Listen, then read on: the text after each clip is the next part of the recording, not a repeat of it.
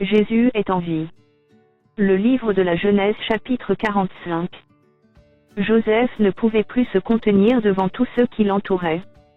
Il s'écria, « Faites sortir tout le monde !» Et il ne resta personne avec Joseph, quand il se fit connaître à ses frères. Il éleva la voix en pleurant. Les Égyptiens l'entendirent, et la maison de Pharaon l'entendit. Joseph dit à ses frères, « Je suis Joseph, mon père vit-il encore ?» Mais ses frères ne purent lui répondre, car ils étaient troublés en sa présence. Joseph dit à ses frères, « Approchez-vous de moi. » Et ils s'approchèrent. Il dit, « Je suis Joseph, votre frère que vous avez vendu pour être mené en Égypte. Maintenant, ne vous affligez pas, et ne soyez pas fâchés de m'avoir vendu pour être conduit ici, car c'est pour vous sauver la vie que Dieu m'a envoyé devant vous. Voilà 2 ans que la famine est dans le pays, et pendant 5 années encore, il n'y aura ni labour, ni moisson. Dieu m'a envoyé devant vous pour vous faire subsister dans le pays, et pour vous faire vivre par une grande délivrance. Ce n'est donc pas vous qui m'avez envoyé ici, mais c'est Dieu. Il m'a établi père de Pharaon, maître de toute sa maison, et gouverneur de tout le pays d'Égypte. Hâtez-vous de remonter auprès de mon père, et vous lui direz, ainsi a parlé ton fils Joseph, Dieu m'a établi seigneur de toute l'Égypte, descends vers moi, ne tarde pas. Tu habiteras dans le pays de Goshen, et tu seras près de moi, toi, tes fils, et les fils de tes fils, tes brebis et tes bœufs, et tout ce qui est à toi. Là, je te nourrirai, car il y aura encore 5 années de famine, et ainsi tu ne périras point, toi, ta maison, et tout ce qui est à toi. Vous voyez de vos yeux, et mon frère Benjamin voit de ses yeux que c'est moi-même qui vous parle.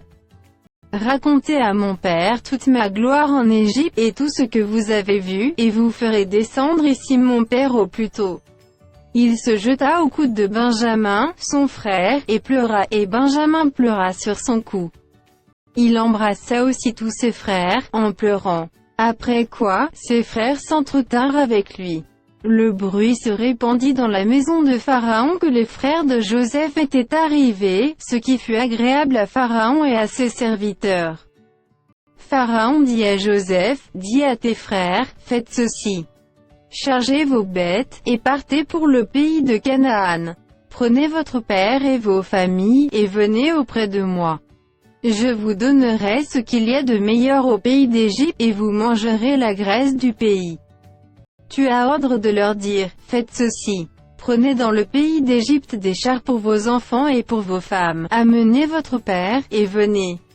Ne regrettez point ce que vous laisserez, car ce qu'il y a de meilleur dans tout le pays d'Égypte sera pour vous. » Les fils d'Israël firent ainsi. Joseph leur donna des chars, selon l'ordre de Pharaon, il leur donna aussi des provisions pour la route. Il leur donna à tous des vêtements de rechange, et il donna à Benjamin 300 cycles d'argent et 5 vêtements de rechange. Il envoya à son père 10 ânes chargés de ce qu'il y avait de meilleur en Égypte, et 10 ânesses chargées de blé, de pain et de vivres, pour son père pendant le voyage. Puis il congédia ses frères qui partirent, et il leur dit, « Ne vous querellez pas en chemin. » Ils remontèrent de l'Égypte, et ils arrivèrent dans le pays de Canaan, auprès de Jacob, leur père. Ils lui dirent, « Joseph vit encore, et même c'est lui qui gouverne tout le pays d'Égypte. » Mais le cœur de Jacob resta froid, parce qu'il ne les croyait pas. Ils lui rapportèrent toutes les paroles que Joseph leur avait dites. Il vit les chars que Joseph avait envoyés pour le transporter. C'est alors que l'esprit de Jacob, leur père, se ranima.